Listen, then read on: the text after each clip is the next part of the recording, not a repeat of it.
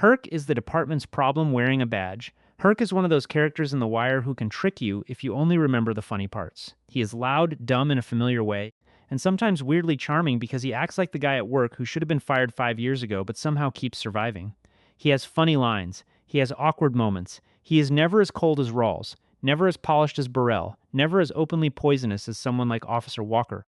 But that is exactly why Herc matters. The Wire does not use Herc as a monster. It uses him as something more common and more dangerous. He is the average bad cop who thinks he is normal. He is not some genius criminal inside the police department. He is a careless man with power, and the department keeps giving him room to be careless.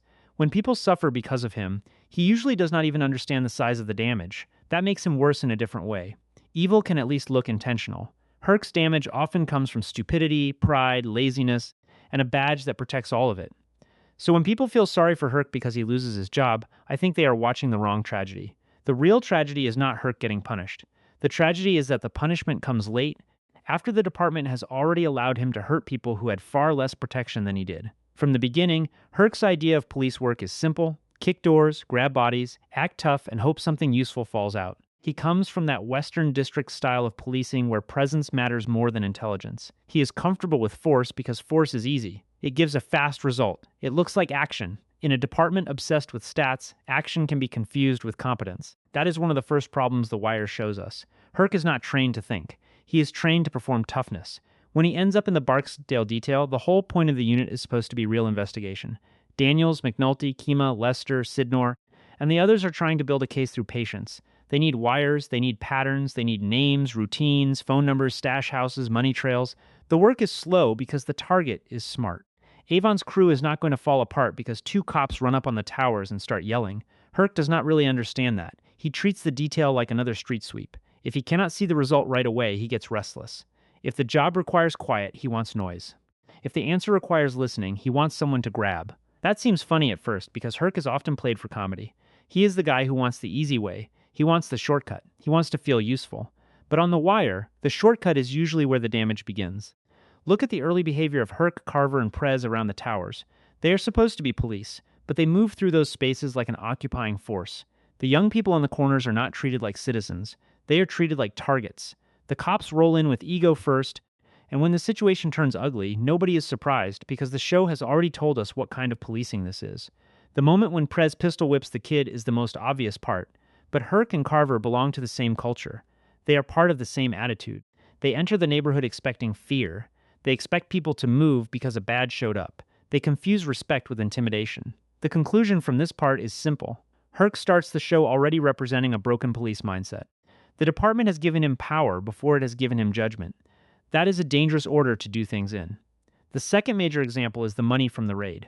Herc and Carver are involved in a situation where drug money goes missing, and Daniels immediately understands what happened. That scene says a lot without needing a giant speech. These officers are around cash, they think nobody important will miss it, and they let themselves act like the criminals they are supposed to be chasing. This is one of the cleanest ways The Wire blurs the line between the street and the department. On the street, people justify taking money because everyone is taking something. In the department, Herc and Carver fall into a similar logic. The money is dirty anyway. The people it came from are criminals anyway. The system is already crooked anyway. That kind of thinking is poison because it lets a cop keep seeing himself as basically decent while doing something clearly wrong. Daniels catching them should be a turning point. For Carver in the long run, it kind of becomes one. Carver grows. He slowly realizes that real police work has consequences beyond arrests and numbers. He becomes one of the show's better examples of someone learning from the job instead of just surviving it. Herc does not grow in the same way. He learns smaller lessons. He learns how to get away with things. He learns how to talk around trouble. He learns that the department is a game, and if you know the right people or survive the right embarrassment, you can keep moving. That is why Herc is so frustrating. He is not unable to learn. He just keeps learning the wrong lesson. The show makes that even clearer with the Mayor Royce incident. Herc accidentally catches the mayor in an embarrassing sexual situation. A smarter show might turn this into a cheap joke and leave it there. The Wire uses it to show how promotions and protection actually work. Herc does not become more skilled. He does not solve a major case. He does not show leadership. He simply becomes useful to someone powerful because he keeps his mouth shut, and somehow that helps his career. That is the department in one ugly little package. It does not reward the best police work. It rewards loyalty, silence, political usefulness, and the ability to avoid embarrassing the wrong people. Herc receives a boost without becoming better at the job. The system moves him upward while his actual skills remain weak. That matters because rank gives his bad judgment more reach. A bad street cop is already a problem. A bad street cop with more authority becomes a bigger problem. Herc does not become wiser with promotion. He becomes more confident. He starts believing his instincts deserve more trust than they do. And Herc's instincts are terrible. The fake informant, Fuzzy Dunlop, is another example of how Herc treats the system like a joke. The whole thing is funny on the surface. Herc and Carver use a fake confidential informant to explain information and paperwork. The name itself is ridiculous. It sounds like something a child would invent. The show knows it is funny. But again, the joke has a serious point. Confidential informants are supposed to matter. Paperwork is supposed to matter. Procedure is supposed to matter because people's lives can be changed by what police write down. Herc sees the rules as annoying little obstacles. He does not respect the reason the rules exist. He just wants the result. That is one of the biggest problems with him. He does not understand that process is part of justice. To Herc, process is a formality. To the people on the other side of his badge, process might be the only protection they have. So when he lies, bends paperwork, invents sources, or hides mistakes, he is not just being Herc, he is weakening the already thin line between legal policing and street-level bullying. The show keeps building that idea until Season 4, where Herc does the most damage of his entire run. Season 4 is where The Wire stops letting Herc be only funny. His stupidity becomes brutal because it crashes into children, informants, and civilians who cannot protect themselves. The lost camera is the center of it. Herc gets a surveillance camera placed near Marlowe's people, and when the camera disappears, he panics. A better cop would report the problem, take the hit, and accept that a mistake happened. Herc cannot do that because his pride is bigger than his sense of responsibility. He starts trying to fix the problem through pressure, threats, and sloppy police work. This is how Herc usually operates. He makes a mistake, refuses to own it cleanly, and creates a larger mess while trying to protect himself. That camera is not just a piece of equipment. It becomes a test of character. Herc fails the test almost immediately. He starts chasing the missing camera like it is the most important case in Baltimore. It is not. The reason it matters to him is personal embarrassment. He is not protecting the public. He is protecting his own hide. And because he is embarrassed, he becomes even more reckless. This leads into the Randy situation, which is probably the strongest argument against feeling sorry for Herc. Randy is a kid. He is not built for the world of Marlowe Stanfield. He is not Omar. He is not Bodie. He is a child trying to survive school, foster care, and the corners around him. Randy talks too much sometimes, and that gets him pulled into police attention, but he is still a kid. The adults around him have a duty to understand the danger they are putting him in. Herc does not understand it. Or worse, he does not care enough to understand it. When Herc questions little Kevin, he brings Randy's name into it in a way that exposes Randy. That is a catastrophic mistake. In Marlowe's world, being known as someone who talks to police can destroy your life. It can get you beaten, isolated, or killed. Even a rumor can be enough. Herc should know that. Any police officer working those streets should know that. But Herc treats information like a tool he can swing around. He does not think about what happens after he leaves the room. The chain reaction is horrible. Randy gets marked as a snitch. His foster mother's home is firebombed. Miss Anna is badly hurt. Randy ends up back in the group home system, where the sweet, talkative kid we knew starts turning into someone harder and colder. Carver tries to save him, and that makes the whole thing even more painful because Carver understands too late that the system has swallowed the kid. Herc does not carry that consequence in the same way. That is why this part is so important. Herc's mistake does not hurt Herc first. It hurts Randy, it hurts Miss Anna, it helps spread fear, it feeds Marlowe's control. The people who pay for Herc's carelessness are the people with the least power.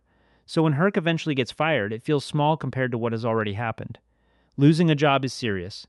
Losing your home, your safety, your childhood, and your trust in adults is worse. Randy's story is the clearest proof that Herc is not just a harmless idiot. A harmless idiot does not have police authority. Herc does. That badge turns his stupidity into real force. Bubbles is another strong example. Herc uses Bubbles when Bubbles is useful. Bubbles gives information. He helps the police navigate the street. He becomes one of those vulnerable informants who exists in the space between addiction, survival, and police convenience. Bubbles asks Herc for help with a man who keeps robbing and beating him. Herc does what Herc often does. He treats it like a small problem. He brushes it off, forgets it, or pushes it aside because it does not matter to him enough. Bubbles is useful as a source, but his pain does not become urgent. That is the ugly part. Herc wants the benefits of having an informant without accepting the responsibility that comes with using one. When Bubbles later tries to poison the man tormenting him, Sherrod accidentally takes the poison and dies. Herc did not pour the poison. Herc did not tell Bubbles to do it. The blame for that moment is complicated, and Bubbles himself carries the guilt in a way that nearly destroys him. But Herc's neglect still belongs in the chain. If you use desperate people for information and ignore them when they ask for protection, you are helping create the disaster you later pretend to be shocked by. That is why The Wire is so good with responsibility. It rarely says one person caused everything alone. It shows how a system creates pressure, how people dodge responsibility, and how the weakest person usually ends up crushed under the combined weight of everyone else's failures. Herc's failure with Bubbles shows the same pattern as his failure with Randy. He takes from vulnerable people. He does not protect them properly. When things go wrong, he is not the one who suffers most. And still, the department lets him last for years. That is the larger point. Herc is not some strange exception. He is a product the department knows how to make. The Baltimore Police Department in The Wire is obsessed with numbers. It wants arrests. It wants clearances. It wants stats that can be shown to politicians and newspapers. It wants the appearance of order, even when the actual city is falling apart. In that kind of environment, a man like Herc can survive because he looks active. He runs, he grabs people, he curses, he kicks in doors, he creates the image of police work. Real police work is quieter and harder. Lester following money is police work. Kima learning how to read the street without losing her soul is police work. Bunk sitting with a murder until the details line up is police work. Even Carver, later on, starts to understand that knowing the neighborhood matters more than throwing kids against walls. Herc rarely reaches that level. He stays trapped in the surface version of the job. To him, being police means winning the moment in front of him. He does not think enough about what the moment creates afterward. That is why his firing does not feel like justice. It feels like the department finally discarding a problem after the problem becomes embarrassing.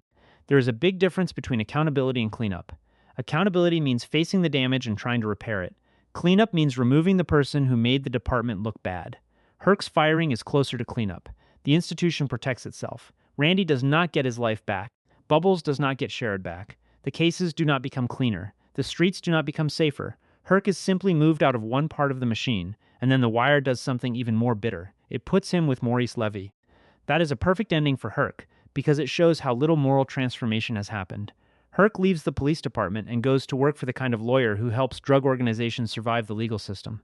Levy is smart, polished, and deeply cynical. He knows the law well enough to twist it for people like Avon, Stringer, and Marlowe. Herc fits there more than he should. As a former cop, he has knowledge. He understands parts of the department. He knows how police think, how they talk, how they cut corners. In the wrong hands, that knowledge becomes valuable. Herc goes from being a bad cop inside the department to being a useful tool for criminals outside it. There is some irony, because Herc also helps the police by getting Marlowe's phone number. He is not written as purely one thing. That is what makes him believable. He can do something helpful, he can be friendly, he can have loyalty to old friends, but none of that erases the larger pattern. By the end, Herc is still Herc. He lands on his feet. He gets a new job. He gets to keep moving. The people hurt by his mistakes do not get that same privilege. That is the final insult of his story. Herc's career tells us something ugly about institutions. A system can punish a man and still never take responsibility for what it allowed him to become. The department can say Herc failed while ignoring all the ways it trained him, rewarded him, promoted him, and tolerated him. That is why feeling sorry for him misses the point. Herc is not the victim of the police department. He is one of its most honest products. He shows us what happens when a department values force over judgment. He shows what happens when politics matter more than skill. He shows what happens when rules are treated like paperwork games instead of protection for real people. He shows what happens when officers are allowed to see poor neighborhoods as places to control instead of communities filled with citizens. The sad thing is that Herc probably does not think of himself as cruel. He probably thinks he was doing the job the way everyone did it. In some ways, he is right. That is the problem. The Wire is full of characters who are trapped by systems, but Herc is not trapped in the same way as Randy, Bubbles, Dookie Wallace, or the kids on the corner. Herc has power, Herc has a salary, Herc has rank, Herc has adults protecting him, Herc has chances. He wastes those chances again and again, and other people bleed from it. That is why Herc should not be remembered as the lovable idiot who got unlucky. He should be remembered as one of the show's clearest warnings.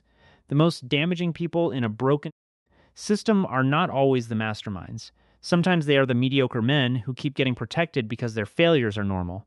Herc is normal inside that department. That is the most damning thing about